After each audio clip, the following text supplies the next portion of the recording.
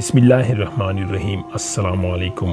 علم سیکھیے YouTube channel کے پیارے دوستو، ہم امید کرتے ہیں کہ آپ خیر خیریت سے ہوں گے۔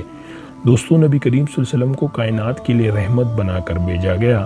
آپ نہ صرف احکامات خداوندی قیامت تک کے انسانوں کے لیے دے کر بھیجے گئے، بلکہ آپ کی ذات اطہر الطاہر کو سرتاپا رحمت بنا دیا گیا۔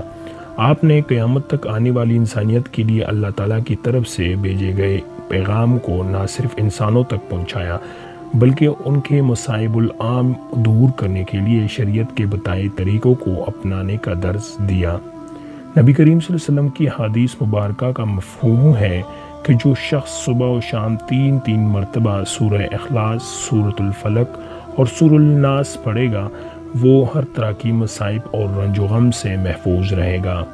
آج کے اس نفسا نفسی کی دور میں جہاں ہر انسان ذہنی پریشانی، بے سکونی میں مبتلا ہوئے، تو ایسے میں اس حدیث میں نبی کریم صلی اللہ علیہ وسلم کے بتائے ہوئے طریقے سے نہ صرف دلی سکون، ذہنی آسودگی حاصل کی جا سکتی ہے، بلکہ جادو، حسد اور شریروں کی شرارتوں سے بھی بچا جا سکتا ہے۔